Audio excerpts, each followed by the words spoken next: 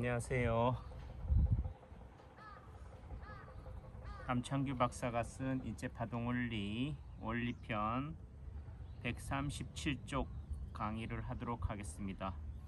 점으로 진단하는 법입니다.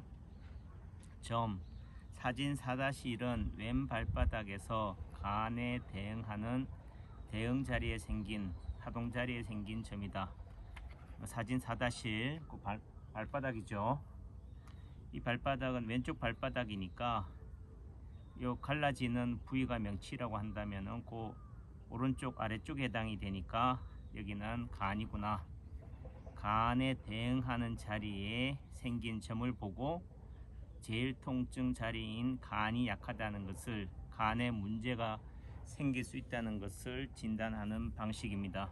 즉 왼쪽 발바닥에서 간이 제일 통증, 내장기관이라고 한다면은 이 제일 통증과 힘의 에너지의 균형, 밸런스를 이루는 피부, 근골격에 생긴 제2 통증 자리다. 허상의 통증 자리다라는 거죠. 이런 피부에 생긴 허상의 통증인 점이나 사마귀, 검버섯을 보고 내장기관인 제일 통증 자리인 간의 이상을 진단하는 방식인 거죠. 예를 들면 그럼 왼쪽 눈이면 심장이니까 왼쪽 눈가에 생긴 점, 사마귀, 짝눈을 보고 심장의 이상을 예고한다는 거죠. 진단한다는 거죠. 사진 4-2는 오른 발바닥에서 췌장, 비장, 행행결장과 하행결장이 만나는 지점에 생긴 점이다.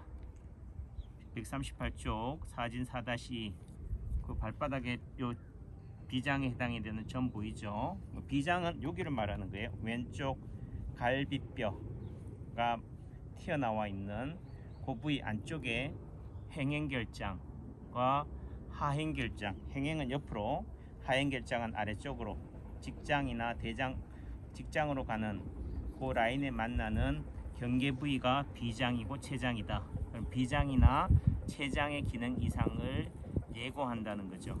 비장이 안 좋다, 비위가 약하다.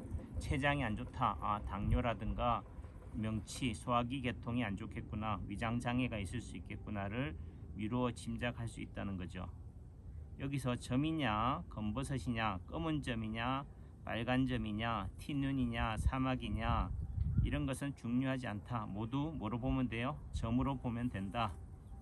오작동의 흔적을 그냥 통칭해서 인체파동원리에서는 점이라고 하는 거다. 허상의 통증이란 거다. 이 허상의 통증을 보고 허상의 통증이 있다는 의미는 그 시소의 반대편인 내장기관 제1통증의 기능 이상을 미루어 짐작할 수 있다라는 거죠. 즉 아프지 않아도 몸이나 피부에 생긴 오작동의 흔적인 허상의 통증인 점이나 흉터, 상처, 사마귀, 인위적으로 낸 상처, 예를 들면은 뜸이나 부항이나 문신, 타투, 수술 자국도 이런 허상의 통증이라는 거죠. 그 허상의 통증을 보고 실상의 통증을 찾아낸다라는 겁니다. 인체파동원리가 가장 솔깃한, 저도 기존에는 양방의 검사, 혈액 검사라든지 요즘 코로나로 따진다면 PCR 검사에 의존해야 되는 관점이지만은 그것이 아니라 굳이 CT나 MRI, 엑스레이 이런 검사에 의존하지 않더라도 환자의 몸에 나타나는 점만 보고도 환자의 아픔을 진단해낼 수 있다. 피부에 나타나는 근골격의 이상을 보고도 오장육부, 내장기관의 이상을 예고할 수 있고 진단할 수 있다는 게 이 인체파동원리가 저한테 아주 크게 솔깃한 부분이었습니다. 특히나 한의학이 도제식으로 진맥 같은 경우도, 맥진 같은 경우도 오랜 세월 수련의 수행에 의해서 쌓아지는 부분인데도 불구하고 임상 경험이 없어도 수련의 기간이 필요 없이 단지 대응 자리만 알아도 간단한 아픔, 내장기관의 아픔을 진단해낼 수 있다는 부분들은 정말 솔깃한 부분인 거죠. 138쪽 티눈 사진 4-3은 오른쪽 발바닥에 생긴 티눈이다. 발바닥에서 뒤꿈치에 굳은 살 뭐 이런 거죠. 이게 티눈이냐 굳은 살이냐 이런 게 중요한 게 아니다. 여기가 허상의 통증이다라는 거죠. 이 부위는 예를 들면 발바닥이 몸통이라고 보면 되니까 이 아래 뒤꿈치 쪽으로 하는 개념은 결국 그 왼쪽 아랫배 해당이 되는 거죠. 그래서 왼쪽 아랫배의 즉 몸통의 내장기관의 제2통증 자리 또는 대응 자리, 허상의 통증 자리다. 발바닥은 어디가 지배하느냐? 자율신경, 허리, 요추, 4번, 5번, 꼬리뼈, 엉덩이뼈, 척추에서 내려오는 신경이 지배하기 때문에 이곳의 기능 이상을 반영한다. 다시 말해서 발바닥은 뭐와? 허리와 균형을 이루는 자리다. 균형이라는 관점에서 보시면 되죠. 자율신경이 그런 균형 밸런스다. 교감신경과 부교감신경, 한쪽은 항진, 한쪽은 억제한다는 의미가 바로 긴장과 이완으로 밸런스를 이루고 있다. 우리 몸도 세상도 모두 이런 밸런스 노름이다. 굳이 자리를 해부학적인 이런 것들을 신경을 몰라도 균형의 관점에서 이해하면은 충분히 가능하다라는 거죠. 139쪽 이분의 경우 오른쪽 발바닥의 제2통증 자리인 왼손 엄지손가락 안쪽 지문 부위에 오른쪽 발바닥과 대응되는 자리가 어디냐? 왼손에서는 가운데가 머리, 오른팔, 오른다리니까 왼쪽 엄지손가락 지문에 해당이 되는 거고, 오른손에서는 가운데가 머리, 넷째 손가락이 오른팔, 새끼손가락이 오른쪽 다리니까 오른쪽 새끼손가락의 지문 부위에 해당되는 다리가 오른쪽 발바닥의 제2통증 자리다. 달리 얘기하면 대응 자리다 라는 거죠. 균형 자리다, 파동 자리다. 이 환자의 경우 오른 발바닥의 대응 자리인 왼손에서 엄지손가락 안쪽 지문 부위에 사마귀가 생겨 피부과에서 치료를 받아도 효과를 못 봤는데 남창규 한의원에서 침 맞고 나서 없어졌다. 점이나 티눈, 사마귀가 괜히 생기는 게 아니다.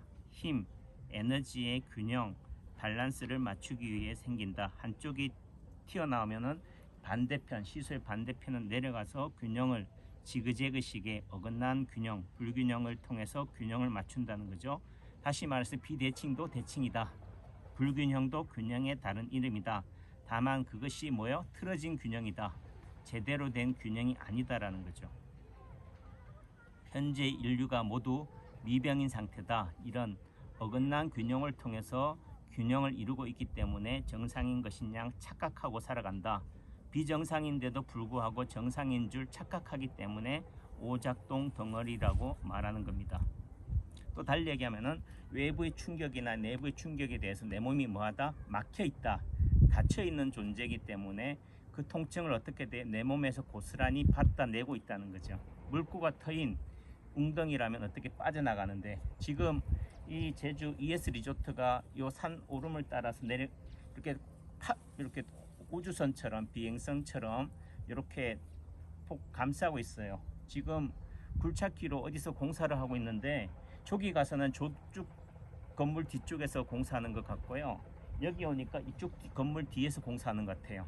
이게 뭐냐? 결국 공명, 메아리를 통해서 어딘지를 모르게 된다는 거죠. 즉 이쪽에서의 아픔이 어떻게 돼요? 시소의 반대편인 저쪽에 울린다는 거죠. 충격이 간다는 거죠. 뒤통수를 딱 맞았다.